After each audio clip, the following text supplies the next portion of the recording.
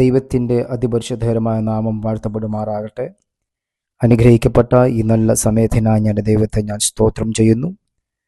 ഇന്ന് ഒരിക്കൽ കൂടി ദൈവത്തിൻ്റെ വചനവുമായി നിങ്ങളുടെ മുമ്പിലായിരിക്കുവാൻ ദൈവം തന്ന ഈ നല്ല അവസരത്തിനായി ഞാൻ കർത്താവിനെ സ്തോത്രം ചെയ്യുകയാണ്. നമ്മുടെ ആത്മീയ ജീവിതത്തിൽ പലതരത്തിലുള്ള വെല്ലുവിളികൾ കടന്നു വന്നേക്കാം. പല തരത്തിലുള്ള പ്രതിസന്ധികൾ, പ്രതികൂലങ്ങൾ കൂടെയൊക്കെ നാം കടന്നു പോയേക്കാം. പക്ഷേ ആ പ്രതികൂലങ്ങളെ കണ്ട് നാം പിൻവാങ്ങിപ്പോകാൻ വേണ്ടിയല്ല കർത്താവ് നമ്മളെ വിളിച്ചിരിക്കുന്നത്. ആത്മനിറവിൽ അങ്ങനെയുള്ള പ്രതികൂലങ്ങളെ നേരിടുവാനും അതിൻ്റെ മേൽ ജയം കൊണ്ടാടുവാനും വേണ്ടിയാണ് കർത്താവ് നമ്മളെ നിയോഗിച്ചിരിക്കുന്നത്. എല്ലാ പ്രതികൂലങ്ങളും നമ്മളെ തകർത്ത് കളയാൻ വേണ്ടിയുള്ളതല്ല. ഞാനിങ്ങനെ പറയട്ടെ, ഒരു പ്രതികൂലവും നിന്നെ തകർക്കത്തില്ല. ചിലത് പഠിപ്പിക്കുവാനും ചിലത് നമ്മുടെ ഉള്ളിലെ ഉൾക്കരുത്ത് എന്താണെന്ന് നമുക്ക് തന്നെ ബോധ്യപ്പെടുത്തുവാനും വേണ്ടി കൂടിയാണ് ദൈവം നമുക്ക് ചില പ്രതിസന്ധികൾ കൊണ്ട് തരുന്നത്. ദാവീദിന് മുമ്പിൽ വന്ന ഗോലിയാത്ത് ഒരിക്കലും ഗോലിയാത്തിന്റെ കൈ കൊണ്ട് മരിക്കുവാൻ വേണ്ടിയല്ല ഗോലിയാത്തിനെ ദാവീദിന്റെ മുമ്പിൽ ദൈവം കൊണ്ട് നിർത്തിയത്. മറിച്ച് ദാവീദിന്റെ ഉള്ളിൽ ഒരു യോദ്ധാവുണ്ട് എന്നുള്ളത് ഈ ദാവീദിന് തന്നെ ബോധ്യപ്പെടുത്തുവാനും, അതുമാത്രമല്ല ദാവീദിന് ചുറ്റുമുള്ള തൻ്റെ സഹോദരങ്ങൾക്കും ഇസ്രായേൽ മക്കൾക്കും ദാവീദ് ഒരു യോദ്ധാവാണെന്ന് മനസ്സിലാക്കി കൊടുക്കുവാൻ വേണ്ടിയും കൂടെയാണ് ദാവീദിന് മുമ്പിൽ ഗോലിയാത്ത് പ്രത്യക്ഷപ്പെടുന്നത്.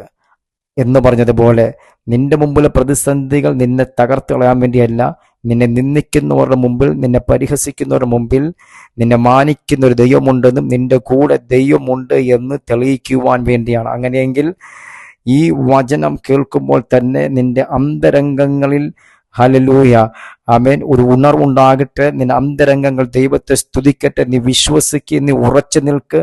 യുദ്ധം യഹോവയുടെ കരങ്ങൾ കേൾപ്പിക്ക്. നീ ആത്മാവിൽ പോരാട്.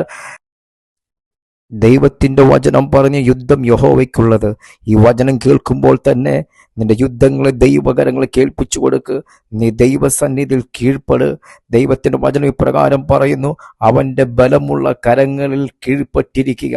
അങ്ങനെയെങ്കിൽ ദൈവത്തിന്റെ ബലമുള്ള കരങ്ങളിൽ കീഴ്പ്പെട്ട് ദൈവസന്നിധിയിൽ നിന്റെ പ്രതിസന്ധികളെ നീ നേരിടുന്ന യുദ്ധങ്ങൾ ഏൽപ്പിക്കുന്നുവെങ്കിൽ നിശ്ചയമായിട്ടും പ്രതീക്ഷിക്കാത്ത മേഖലയിൽ നിന്ന് ദൈവം പ്രവർത്തിക്കുവാൻ ശക്തനാണെന്ന്, അവൻ പ്രവർത്തിക്കുവാൻ മനസ്സുള്ളവനാണെന്ന് ഇന്ന് നീ അറിയണം.